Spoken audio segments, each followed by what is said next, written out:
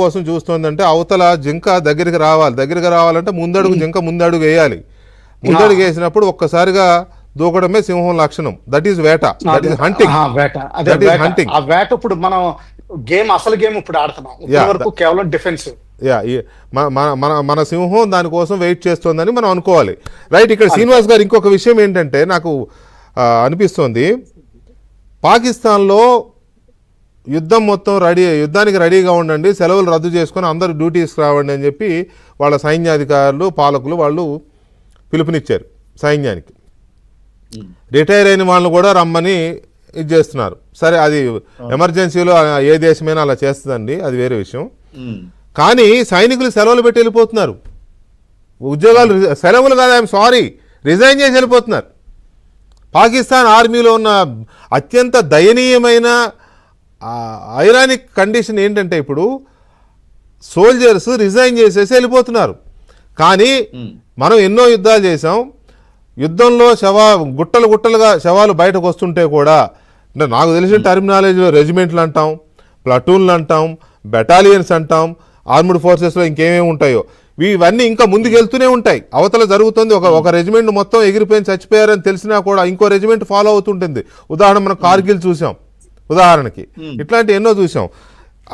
ఎందుకని పాకిస్తాన్ సైనికులు అలా పారిపోతున్నారు, రిజైన్ చేసి వెళ్ళిపోతున్నారు? మన సైనికులకు అలాంటి పిరికితనం లేదు. దీన్ని ఎలా వర్ణిస్తారు మీరు? ఫస్ట్ ఆఫ్ ఆల్ గనక compare to Pakistani armed forces కి ఇండియన్ ఆర్మడ్ ఫోర్సెస్ కి ఆ ట్రైనింగ్ లోను అలా ఎస్పిరిట్ డీ కోర్ లోను కూడా లాట్ ఆఫ్ డిఫరెన్స్ ఉందండి.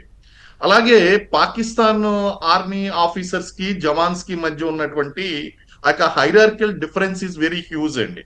వాళ్ళు ఆ యొక్క కలుపుకుపోయేటువంటి మనస్తత్వం చాలా తక్కువ.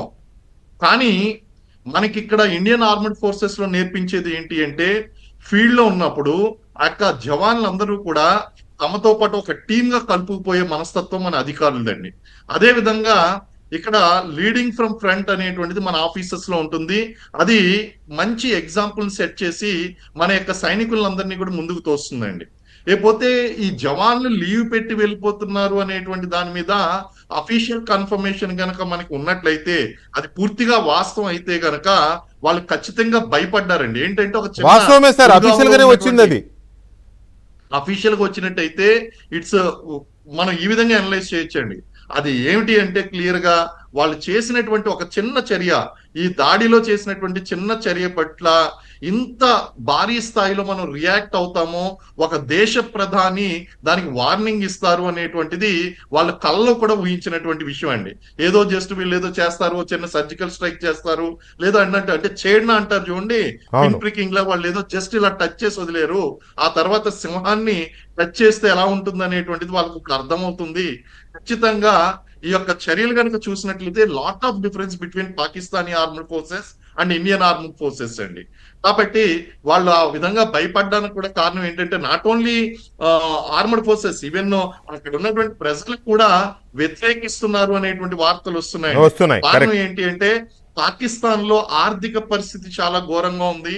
మనం నీళ్లు ఆపడం కాదు, వాళ్ళ ప్రభుత్వమే వాళ్ళకి నీళ్లు సరిగ్గా ఇవ్వలేకపోతుంది.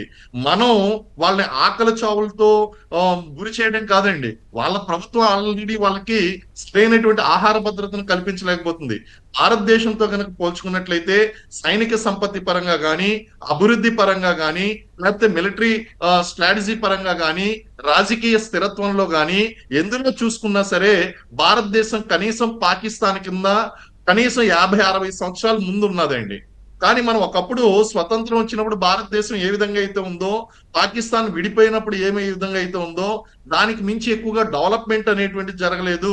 There is a huge difference between the rich and poor అనేది. దేర్ ఇస్ నో కంపారిజన్ అండి, దేర్ ఇస్ నో కంపారిజన్. అసలు మనకి వాళ్ళకి చిచి అసలు ఆ కంపారిజన్ అంటేనే నాకు అదోలా ఉంది, కంపారిజన్ లేదు. కాకపోతే ఏంటంటే సార్, ఇప్పుడు దేశం చిన్నదైనా దేశం పెద్దదైనా మిగతా ఆర్థిక విషయాలు, ఆ దేశం యొక్క స్తోమత, అభివృద్ధి ఈ పక్కన పెడితే, సైన్యం అంటే ప్రాణాలకు తెగించి దేశ రక్షణ కోసం పోరాడే సైన్యం.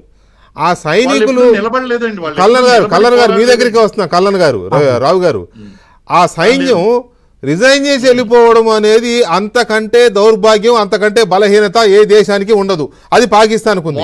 దాని మీద